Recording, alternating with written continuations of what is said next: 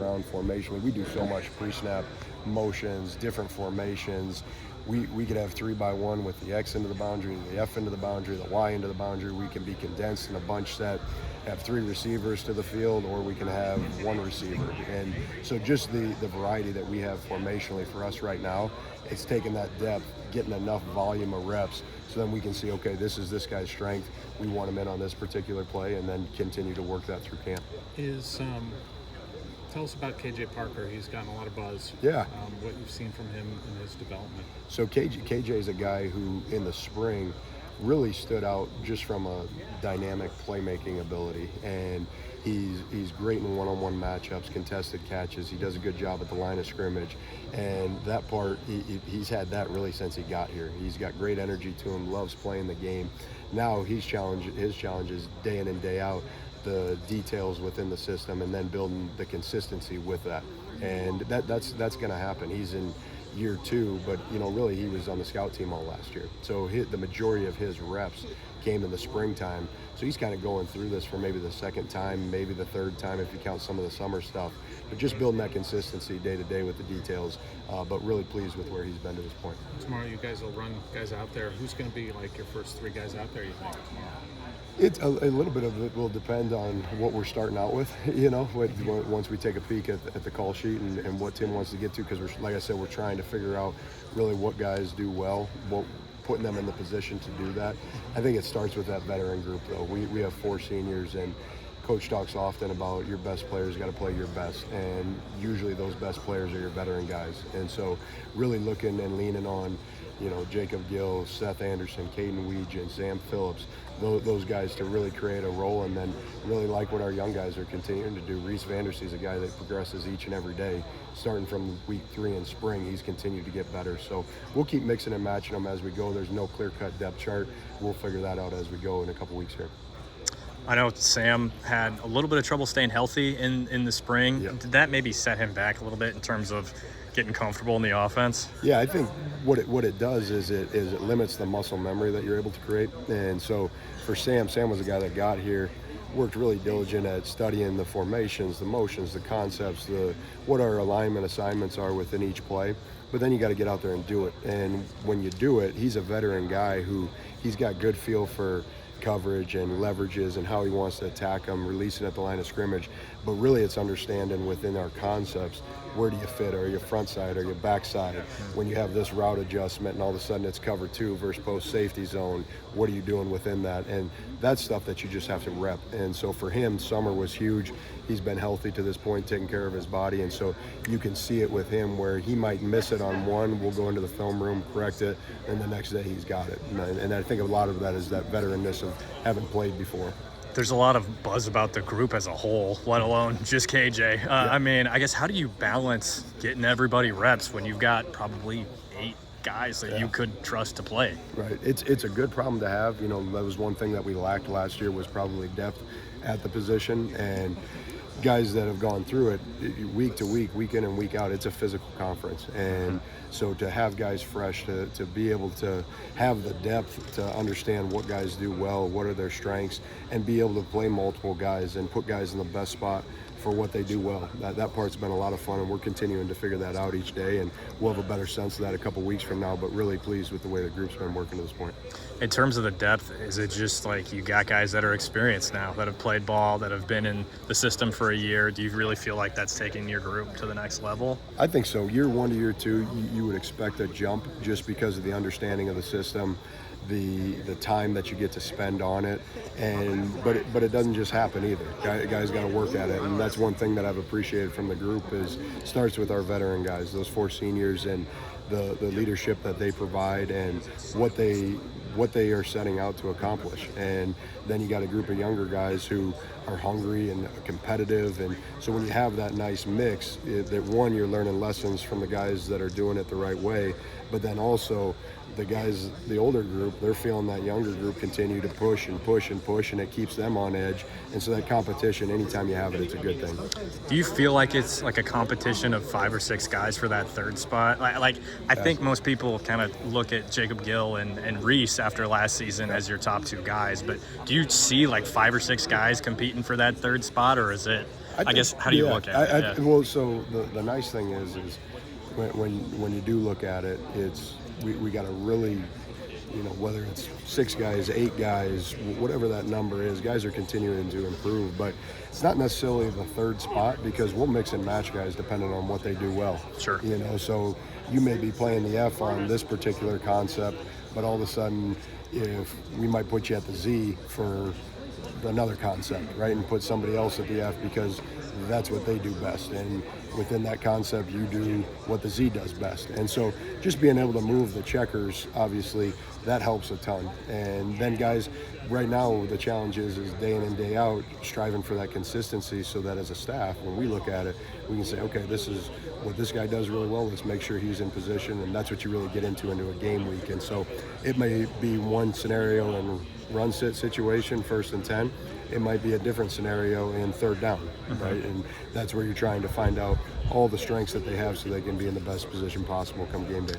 I listened to your interview with Chad, and just by the sounds of it, like, did you say KJ's kind of an X, like more of an X? Yeah. I guess when you're slotting guys into stuff, I know you just said that it's a little bit versatile, but people look at Dayton and he's tall, so he's an X. Like that's just what people think. So I guess how do you make those assignments? Is it just like getting to know them better and what their strengths are, and then you fit here because of this? I don't know if that question makes sense. But. It does. It's a matter of who's playing the best football, right? Who gives us the best chance to win matchups? You want those guys on the field, and so there's only so many positions. So when you think into the boundary, a lot of times, traditionally into the boundary, teams are in 3-by-1 sets, and when they get a one-on-one matchup, they go to the boundary, and that's traditionally a bigger body guy, right? But with the amount of stuff that we do from condensed formations and 2-by-2, 3-by-1 condensed, whatever those may be, the X position, yes, it's important. We have to be able to win our one-on-ones when those are there. But at the same time, you could be all of a sudden running a high cross across the other side of the field, and now you want some speed there. So just with what we're doing, I think specifically when you get into 3rd downs, I think if you have size, then great. You should be able to use that size as an advantage. But at the same time, you have to be able to win off the line of scrimmage. So we need to have a guy that can win versus press. And when they do get confronted with press, how do they handle that? And so that's where the positions, it's not always just a big guy, this is where you're going. The size can have variety as long as we're winning our one-on-one matchups. And you can win that with size or speed. If you have both, then it's really good. Sure.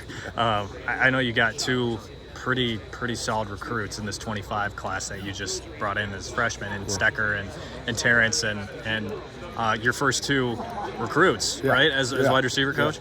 I guess how are they fitting in? Both guys that didn't come in the spring that just showed up this summer. How are they fitting in so far? They're doing great. They're great additions to the room. One thing I appreciate about our room is it's a very connected room, and so ultra competitive, but a ton of respect for each other and very close group. And so with that, you never know, okay, when a guy comes in, how are they going to mold into that? And those 2 guys have done a phenomenal job, and both of them are getting reps with our Devo group. Terrence is a guy that he's still learning. Okay, formationally, he's one we're putting at the X right now. That may change, but he's playing the X right now. So trying to just figure out, okay, where do I get lined up?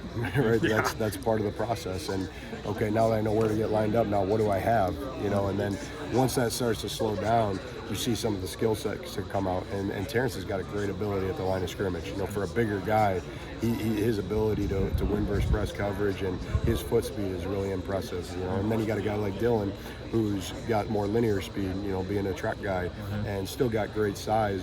But both of them are just in the process of learning, and that's what you want at this time is the more you know, right, know what to do, we'll teach you how to do it, and then as that slows down, then you start to see some of the skill sets come out.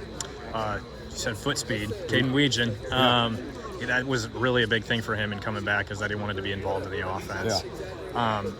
What does that come down to? Because we saw the speed, and I think he had just a couple catches last year. Right. So how does he carve out that role? Is it just, the X's and the O's and really hammering it down? Because, we've seen what he can do on special teams, right?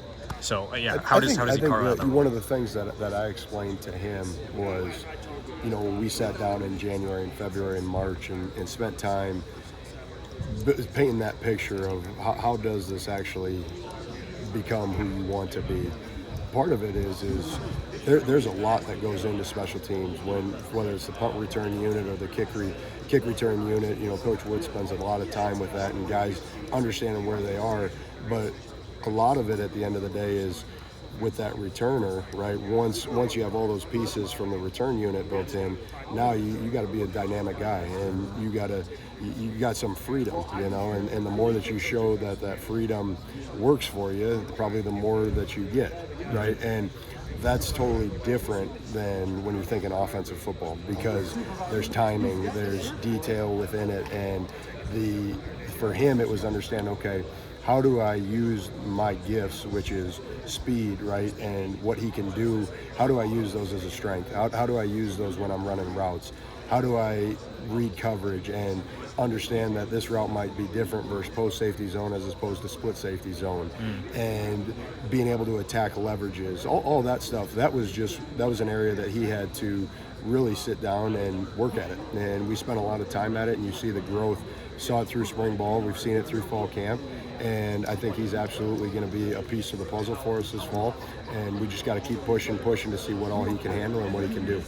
KJ mentioned, I think it was this summer, that it was hard for him this first year. I mean, like, you look at what he did in high school, and it makes sense because he was just touching the ball on every possession. Right. So I guess, how do you navigate that as a coach? And was it like conversations that you had with him at any point in time? He's You a said kid with KJ? Yeah, because he's a really easy kid to talk to, right? Yeah. Like, so did he approach you about that? How did that go? I think when you're in this profession, there's two things, right? You're a teacher at heart, and so you're always trying to help the guys continue to grow, continue to develop, continue to understand what they're trying to do. But then also there's a mentoring side, and there's a relationship side, and through the process of being together, you build trust. And so when you have trust, you can have honest conversations. And one thing with KJ to stress to him was, last year was a great year for him because he understood the speed of the game going against our defense every day in scout team.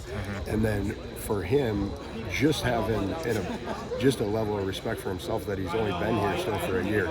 And so there's going to be errors at times, right? And continuing to challenge himself to develop, and understanding that, we might not get it on this day, but let's watch it, let's talk it, let's see when we get that look the next time, can we get it right? And that he's a guy that, like you said, the energy that he brings, he loves playing the game, but what I appreciate about him and what I try to continue to show to him is that it's only going to continue to get better. And I think through this conversation, it helps him to just focus on practicing each day and focus on what I need to do to get better and take the big picture out of it just a little bit.